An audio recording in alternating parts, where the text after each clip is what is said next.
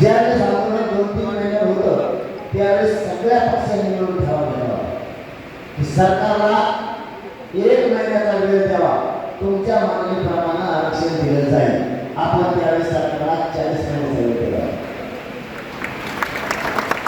त्यावेळेस त्यांच्याकडून झालं नाही. पुन्हा सर्व पक्षीय नेत्यांनी ठरवलं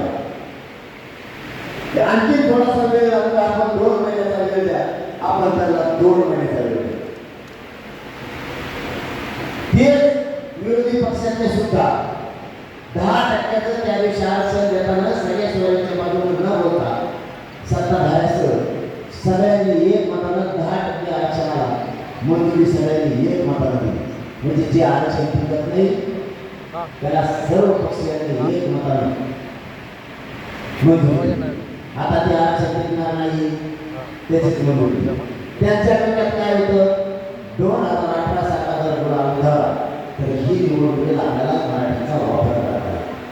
कारण 2018 आरक्षण दिलं 13%, पण मराठीने जागा होकार ठेवला.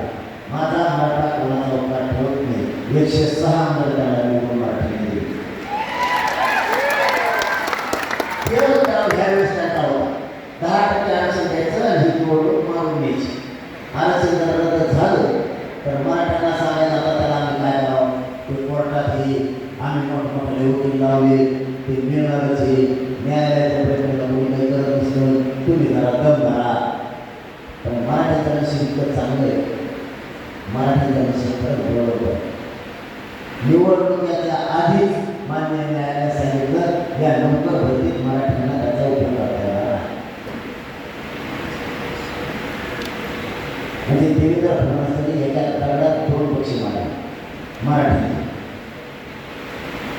20 तारखेला 10% आरक्षण दिलं, 26 तारखेला अंमलबजावणी केली.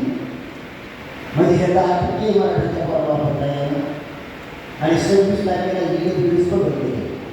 म्हणजे मराठ्यांना 21 मधून सुद्धा